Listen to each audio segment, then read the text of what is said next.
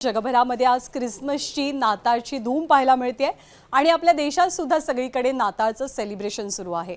देशाचे पंतप्रधान नरेंद्र मोदी हे सुद्धा दिल्लीच्या एका चर्चमध्ये गेलेले होते आणि दिल्लीच्या बिशप यांनी पंतप्रधान नरेंद्र मोदींसाठी आज खास प्रार्थना सुद्धा केली। त्यामुळे नाताळ सणाचा उत्साह देशभरात पाहायला मिळतोय।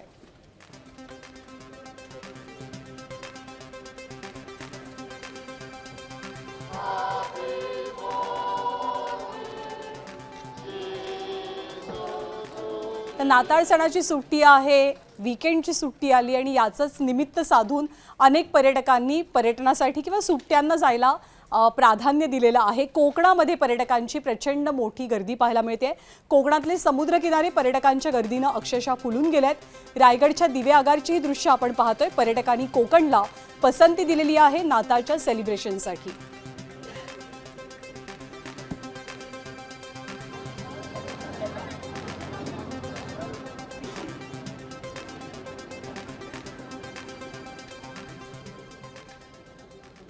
तर कोकणात आणि इतर पर्यटन स्थळांना पर्यटकांनी नाताळच्या सेलिब्रेशनसाठी मोठी पसंती दिल्यामुळे वाहतूक कोंडीचा सामना सुद्धा अनेक ठिकाणी पर्यटकांना करावा लागतो आहे। लांबच लांब रांगा लागलेल्या आहेत हायवेवरती आणि पर्यटकांना आपल्या सुट्टीचं ठिकाण गाठण्यासाठी अर्थातच अडचणी येतात आणि पर्यटकांसोबतच स्थानिकांना सुद्धा या वाहतूक कोंडीचा प्रचंड मोठा फटका बसतोय।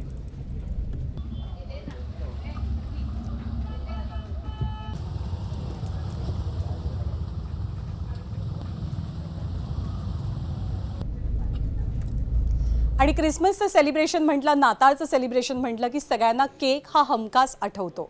वेगवेगळे स्पेशलाइज केक क्रिसमसच्या निमित्तानं तयार केले जातात आणि ठाण्याच्या सेंट्रल जेलमध्ये सुद्धा गेल्या अनेक वर्षांपासून या तुरुंगातले कैदी नाताळच्या सणासाठी खास केक बनवतात।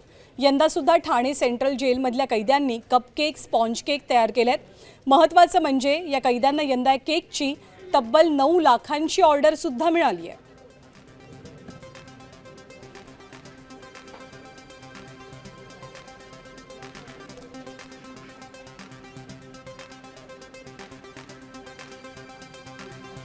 आणि यापुढची बातमी तुळजापूरमधनं आहे। शाकंभरी नवरात्रोत्सव आणि आगामी नवीन वर्षाच्या पार्श्वभूमीवरती येणाऱ्या सुट्ट्यांचा विचार करता तुळजाभवानी मंदिर प्रशासनानं मंदिराचं महाद्वार सर्वसामान्य नागरिकांसाठी भक्तांसाठी 25 ते 29 डिसेंबर दरम्यान बंद करण्याचा निर्णय घेतलाय।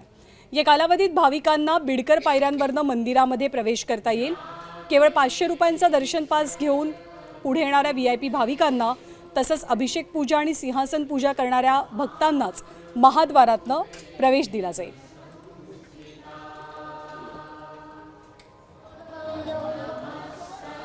आणि जशी तुळजापूरच्या मंदिरामध्ये गर्दी पाहायला मिळते तशीच कोल्हापूरच्या अंबाबाईच्या मंदिरामध्ये सुद्धा गर्दी पाहायला मिळते। नाताळच्या सुट्ट्या आहेत आणि नवीन वर्षाचं स्वागत देवदर्शनाकडनं करण्यासाठी अनेक जण उत्सुक पाहायला मिळतात। त्यामुळे कोल्हापूरच्या अंबाबाई मंदिरात सकाळपासून भक्तांच्या रांगा लागल्यात।